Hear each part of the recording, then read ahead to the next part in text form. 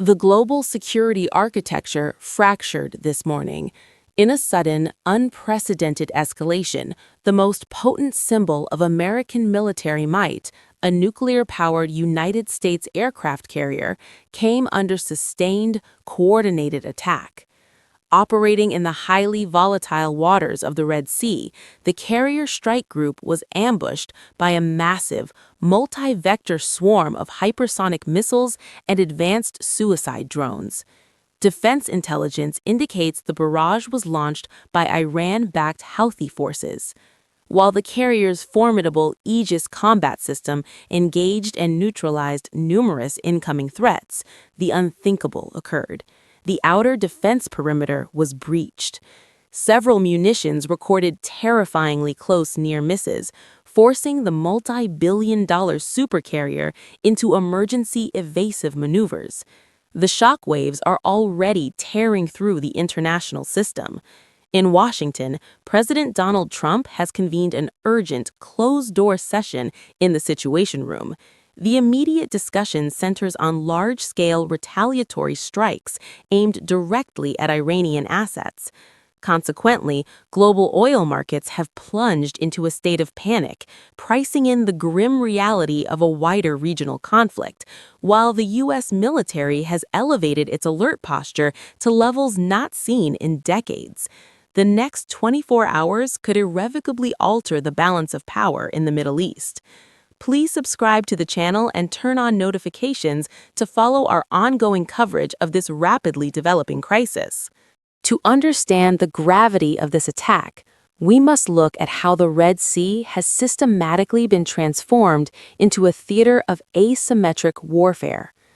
For years, the Bab el-Mandeb Strait has served as a vital yet highly vulnerable choke point for global maritime trade.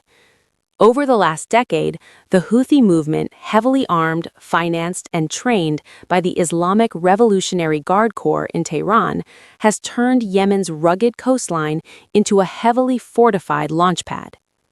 This current crisis did not materialize overnight.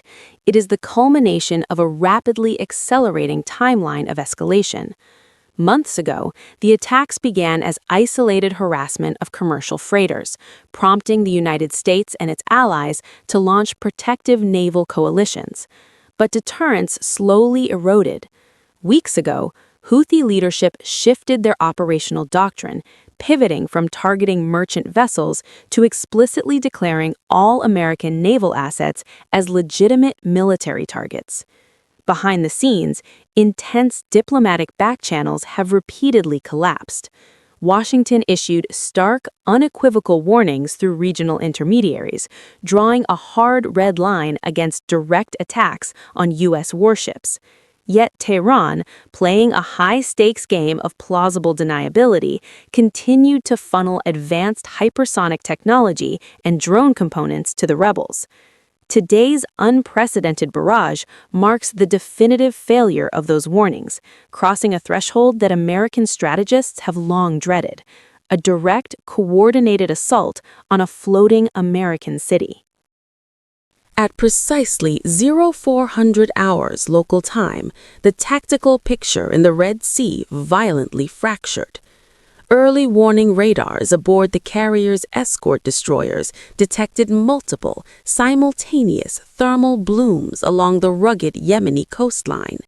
Within seconds, what began as a blip escalated into a nightmare scenario, a synchronized multi-axis swarm attack.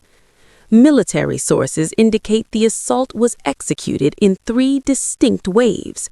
First, dozens of low-flying, loitering munitions were launched, designed specifically to overwhelm and blind the strike group's radar arrays.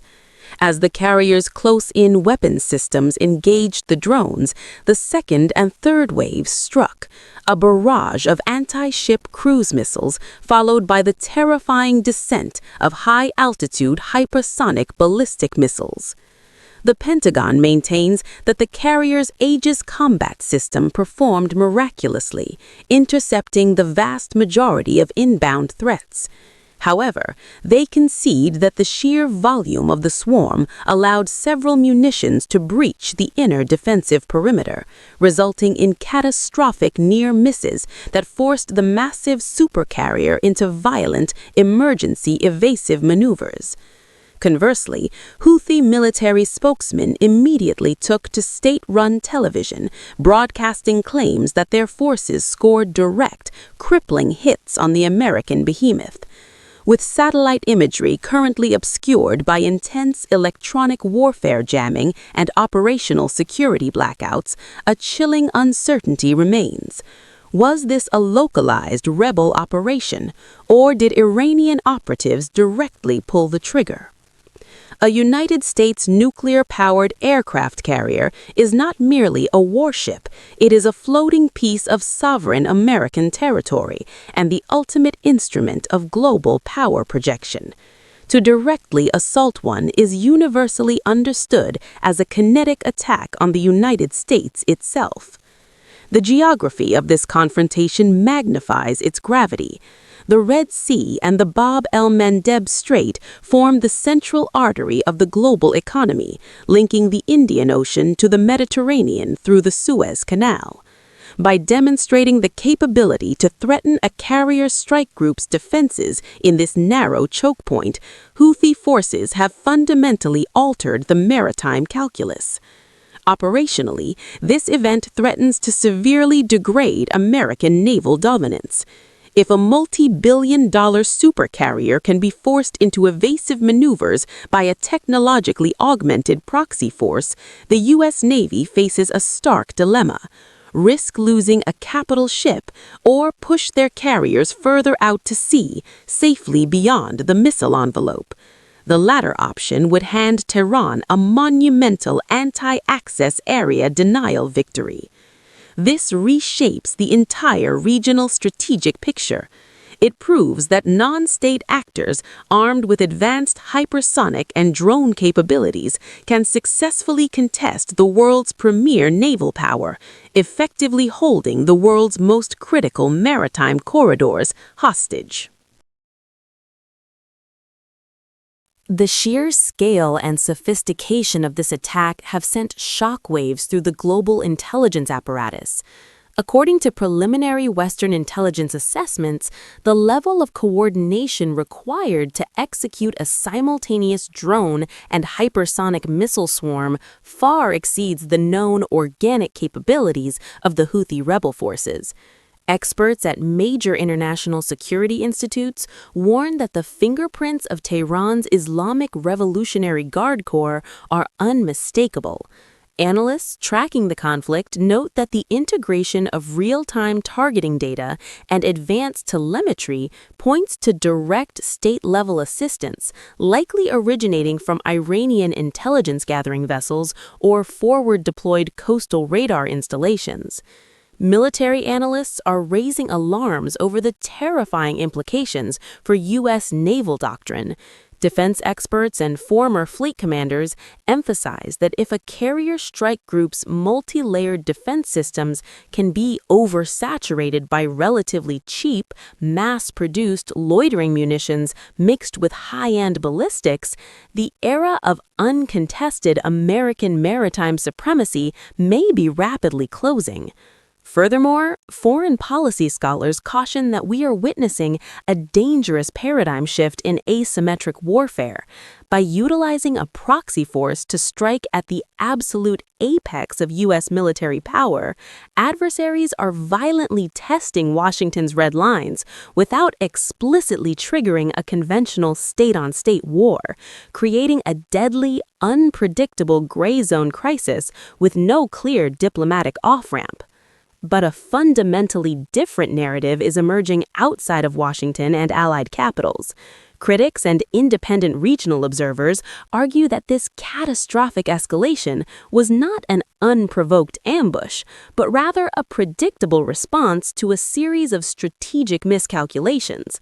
For months, faint diplomatic backchannels have signaled that the continuous buildup of U.S. and coalition naval forces in the narrow confines of the Red Sea was perceived by local actors not as a stabilizing deterrent, but as an imminent offensive threat. Furthermore, some analysts caution against entirely accepting the direct Iranian command narrative without intense scrutiny. While Tehran undoubtedly supplies the advanced hardware, the Houthi movement possesses its own distinct political imperatives.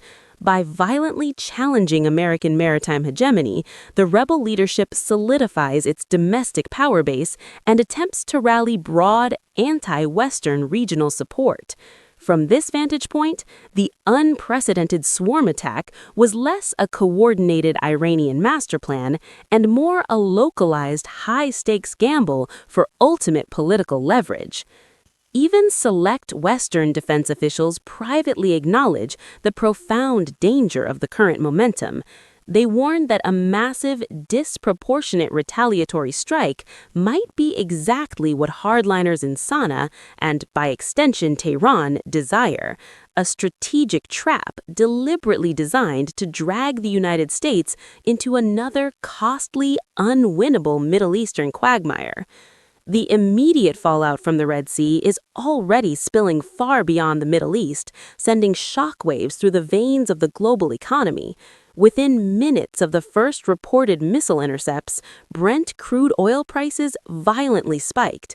If this vital maritime artery is completely severed by a widening conflict, the world faces a catastrophic supply chain bottleneck, instantly reigniting the threat of runaway global inflation. Militarily, the implications are profound. The Pentagon is already scrambling to redeploy strategic assets, signaling a massive shift in global deterrence posture. But every American warship pulled into the Middle Eastern theater to contain this crisis is one less vessel monitoring the Taiwan Strait or patrolling the Black Sea. Make no mistake, Beijing and Moscow are watching this unfold with intense calculation. If an irregular proxy force can successfully threaten or tie down a premier U.S. carrier strike group, the fundamental architecture of Western alliances, including NATO's maritime security guarantees, is suddenly called into question. For the average citizen watching this unfold at home, the consequences will not remain an ocean away. An isolated naval clash today translates directly into soaring prices at the gas pump, increased costs for basic consumer goods, and the chilling realization that the era of uncontested global stability has abruptly ended. In the coming hours, all eyes will be fixed on the White House Situation Room and the Pentagon's impending strike authorizations. Expect an emergency session of the UN Security Council, rapid intelligence declassification from Western allies, and potential airspace closures across the Middle East. Here is what's confirmed. A United States nuclear-powered supercarrier was targeted by an unprecedented multi-vector swarm of Houthi-launched drones and hypersonic missiles, breaching its outer defensive perimeter and forcing emergent evasion. What remains dangerously uncertain is the exact extent of direct Iranian command and control, and whether the U.S. Navy sustained any classified operational damage. The world now stands at a terrifying geopolitical crossroads.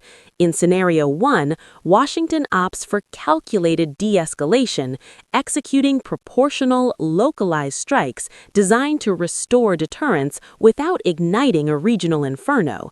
In Scenario 2, the president authorizes a massive, disproportionate retaliatory campaign directly targeting Iranian maritime and intelligence assets, virtually guaranteeing a wider, uncontrollable war that could cripple global trade. The missiles in the Red Sea have been intercepted, but the countdown to the real explosion has only just begun. The next move changes everything. Subscribe to the channel and turn on notifications to ensure you don't miss our breaking updates on this historic global crisis.